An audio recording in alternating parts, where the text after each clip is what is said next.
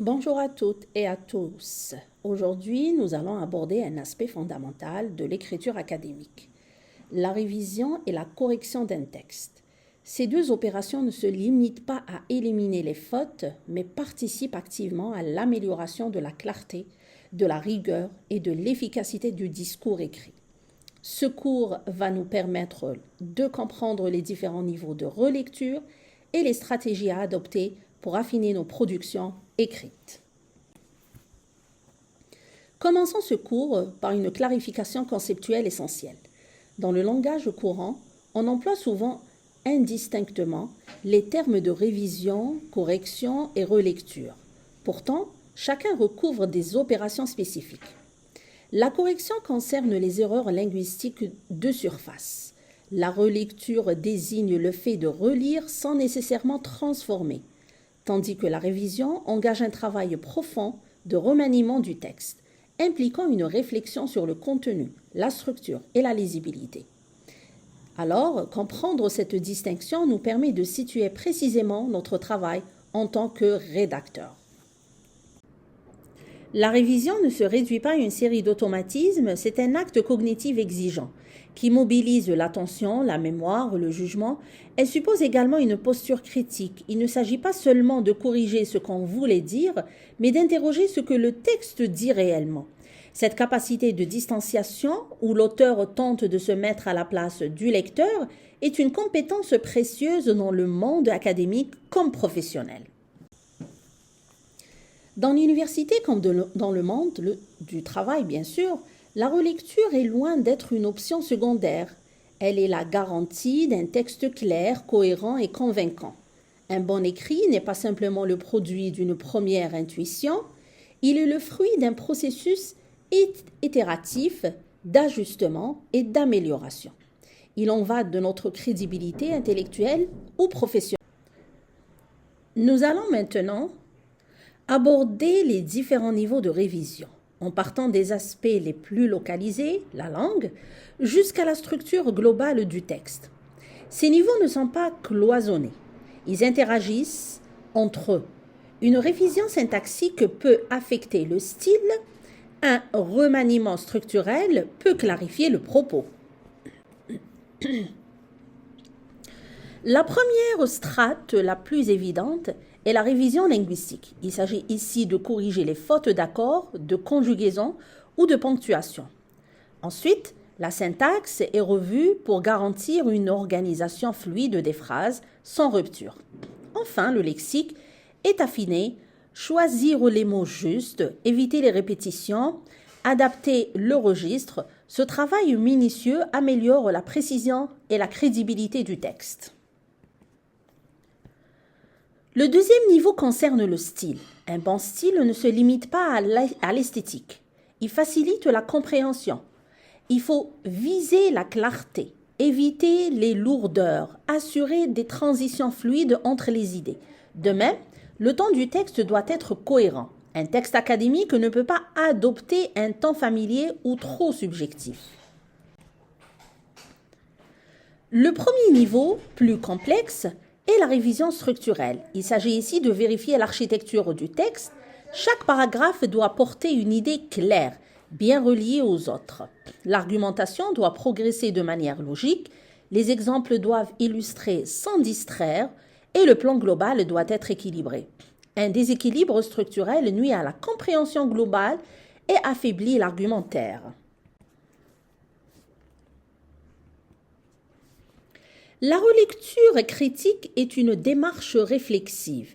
Elle ne consiste pas à corriger au fil de la lecture, mais à adopter une distance vis-à-vis de son propre texte. Pour cela, il existe plusieurs méthodes efficaces que nous allons voir. Les grilles de relecture sont des outils puissants. Elles nous permettent de structurer notre regard sur le texte selon des critères précis. Langue, fond, adéquation au genre textuel aussi. Elle facilite l'auto-évaluation et renforce la maîtrise de l'écriture. Deux techniques simples mais efficaces. Lire son texte à voix haute pour repérer les maladresses sonores ou les phrases trop longues. et pratiquer la lecture différée pour revenir à son texte avec un regard neuf. Ces méthodes nous aident à sortir de la lecture automatique et à mieux évaluer notre production. L'ère numérique met à notre disposition des outils précieux, correcteurs automatiques comme Antidote ou Grammarly, logiciels de syntaxe vocale, plateformes collaboratives et bien d'autres. Bien utiliser ces outils complète notre relecture et nous aide à affiner notre texte. La relecture collaborative s'inscrit dans une logique d'apprentissage par les pairs. Elle nous oblige à prendre du recul sur notre propre texte, en évaluant celui des autres. Cette double posture, auteur et lecture critique, favorise la réflexivité, la prise de conscience et le dialogue. La relecture collaborative repose sur un principe de réflexivité croisée. Chacun devient à la fois lecteur et auteur, évaluateur et évalué. Ce double rôle favorise un processus de distanciation cognitive qui permet de prendre du recul par rapport à son propre écrit, souvent difficile à relire avec objectivité. Parmi les apports pédagogiques majeurs, on peut souligner la réflexivité. En évaluant les textes des autres, l'étudiant affine sa capacité à identifier des qualités et des faiblesses rédactionnelles qu'il pourra ensuite reconnaître et corriger dans ses propres écrits. Deuxièmement, la distanciation. Lire le texte d'un pair permet de prendre conscience de l'écart entre intention et réception et d'interroger plus lucidement la lisibilité de son propre propos. Troisièmement, le dialogue.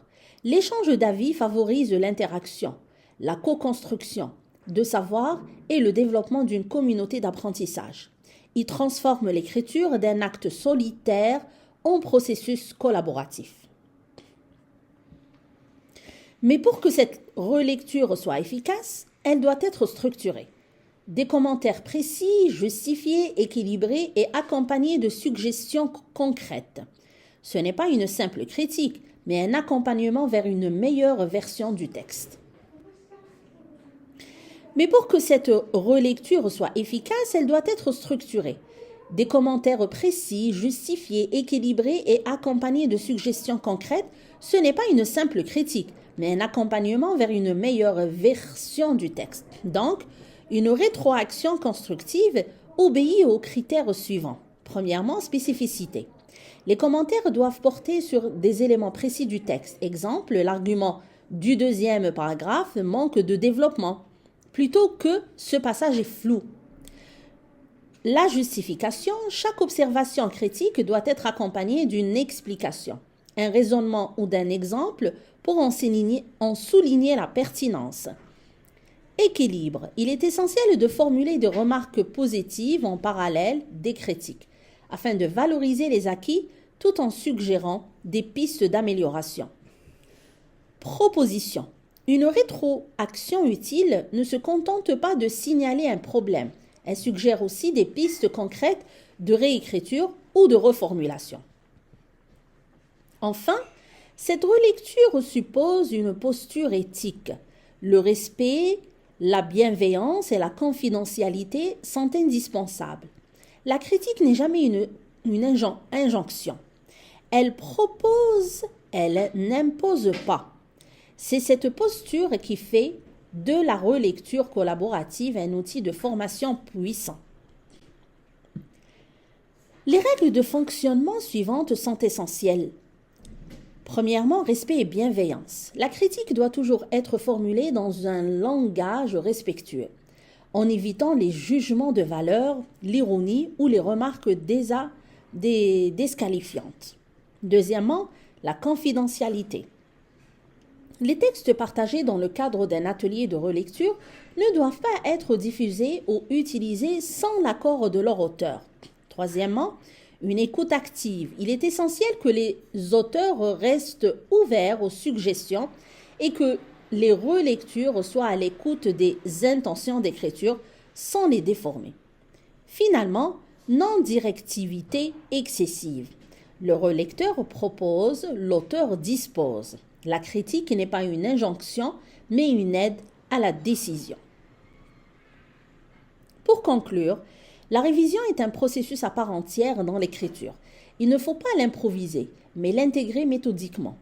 Un protocole simple en 3 temps, lecture globale, lecture ciblée et réécriture partielle, permet d'optimiser notre travail et de progresser vers une écriture plus rigoureuse.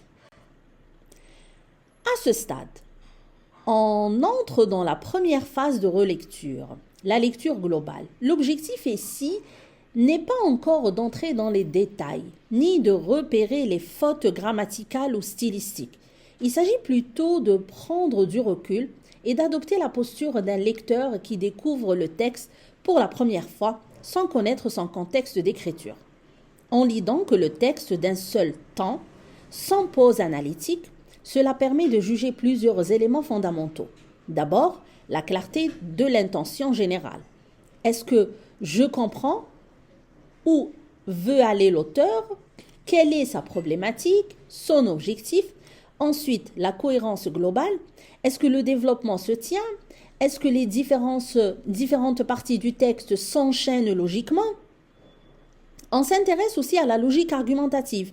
Les arguments sont-ils bien ordonnés? S'appuient-ils les uns sur les autres de manière fluide? Enfin, on évalue l'équilibre des parties. Est-ce qu'une partie est surdéveloppée par rapport à une autre? Est-ce que l'introduction ou la conclusion semble négligée? Cette lecture permet souvent de faire apparaître des problèmes majeurs que l'on ne verrait pas si l'on commençait directement par une lecture trop pointilleuse. Par exemple, un déséquilibre dans le plan ou un enchaînement peu clair entre les idées peut ne pas sembler choquant phrase par phrase, mais devient plutôt évident à l'échelle du texte entier. Après avoir effectué une lecture globale du texte, on passe à une deuxième phase plus méthodique, la lecture ciblée. Ici, on ne lit plus le texte comme un tout, mais on le relit par couches successives, en se concentrant à chaque fois sur un seul aspect. C'est ce qu'on appelle une révision par focalisation. Pourquoi faire cela? Parce que si on essaye de tout vérifier en même temps, la grammaire, la logique, le style, la mise en page, on finit par ne rien voir correctement. Cela crée une surcharge cognitive qui diminue notre capacité à repérer les erreurs ou les maladresses. En fractionnant l'attention, on rend le travail de relecture plus efficace. Donc, concrètement, cela signifie quoi? Un premier passage uniquement pour vérifier la langue, c'est là qu'on se concentre sur l'orthographe, la grammaire, la ponctuation, les accords, etc. Un deuxième passage pour le style, on s'interroge sur la fluidité des phrases, leur clarté, leur concision. Est-ce qu'il y a des répétitions, des formulations lourdes? Le temps est-il adapté au registre académique? Puis un troisième passage pour la cohérence argumentative. Est-ce que les idées s'enchaînent de façon logique? Les transitions sont-elles claires? Chaque argument repose-t-il sur un fondement explicite? Et enfin, un dernier passage peut être consacré à la mise en forme, respect des normes de citation, présentation de la bibliographie, cohérence des marges et la numérotation, conformité aux attentes académiques. Cette approche progressive et ciblée permet non seulement de mieux repérer les erreurs, mais aussi de gagner du temps à long terme, car on évite des relectures confuses où l'on doit revenir sans cesse en arrière.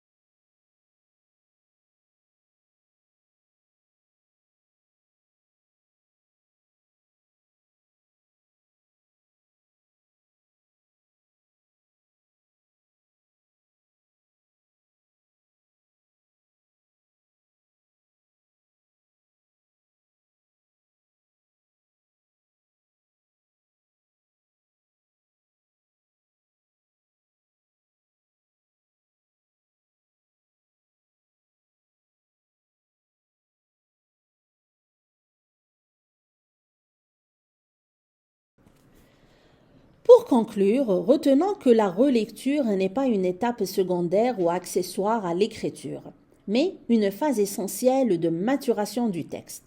C'est elle qui permet à une production brute de devenir un écrit maîtrisé, clair et convaincant.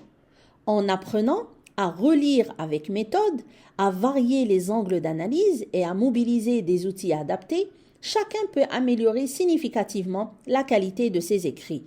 Dans le prochain cours, nous poursuivons cette démarche de professionnalisation de l'écriture en abordant, par exemple, annoncer brièvement le thème suivant, par exemple, les techniques de reformulation ou la structuration du paragraphe argumentatif, afin de consolider vos compétences rédactionnelles sur le fond comme sur la forme.